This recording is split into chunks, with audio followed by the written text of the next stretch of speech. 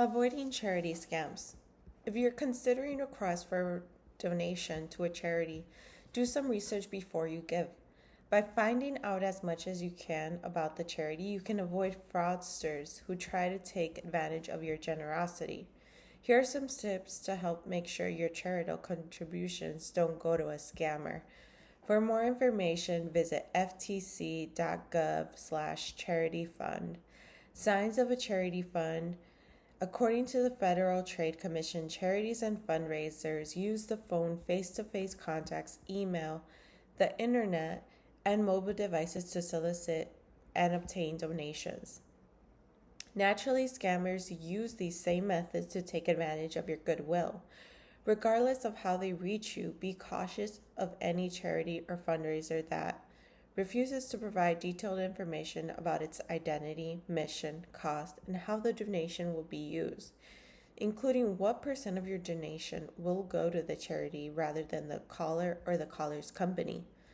Won't provide proof that the contribution is tax deductible, uses a sound-alike name that closely resembles that of a better-known, reputable organization, thanks you for a pledge you don't remember making.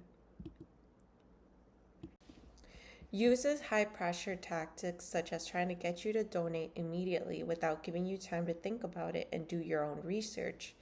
Ask for donation in cash or ask you to wire money. Offers to send a courier overnight delivery service to collect the donation immediately. Guarantee sweepstakes winnings in exchange for a contribution. By law, you never have to give a donation to be eligible to win a sweepstakes. Charity checklist. These precautions can help you ensure that your donation benefits the people and organizations that you want to help. Ask for detailed information about the charity, including name, address, and telephone number. Get the exact name of the organization and do some research.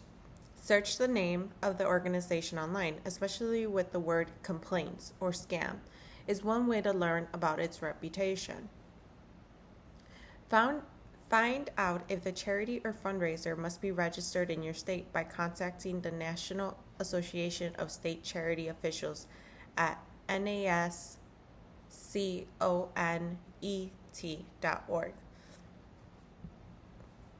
Check on charity by contacting the Better Business Bureau, Wise Giving Alliance at give.org or guidestar.org.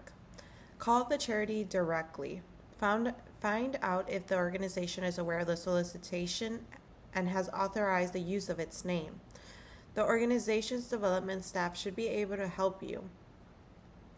Ask if the caller is a paid fundraiser.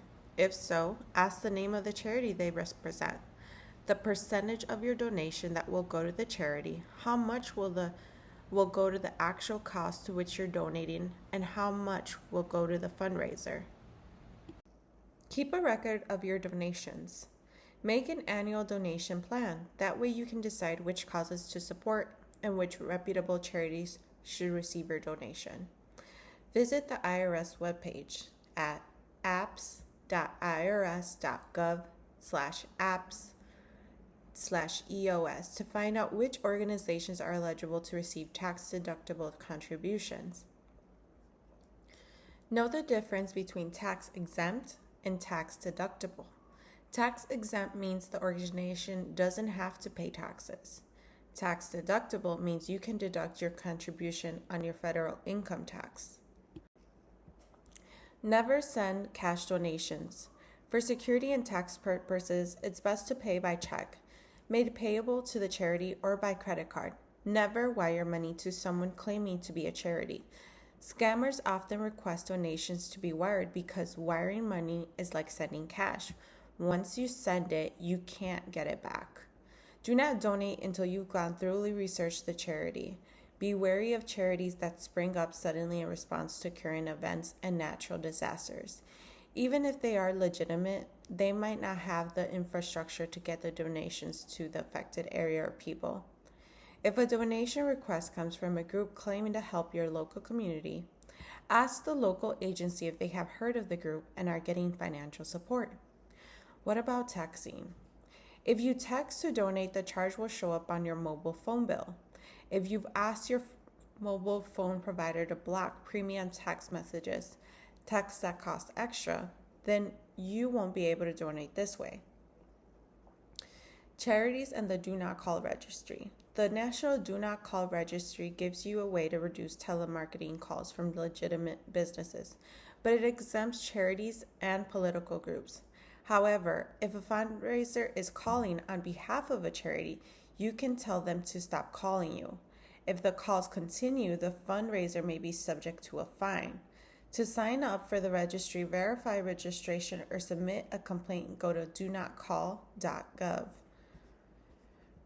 If you think you've been victim of charity scams or of a fundraiser that has violated Do Not Call rules, file a complaint with the Federal Trade Commission. Your complaints can help detect patterns of wrongdoing and lead to investigations and prosecutions.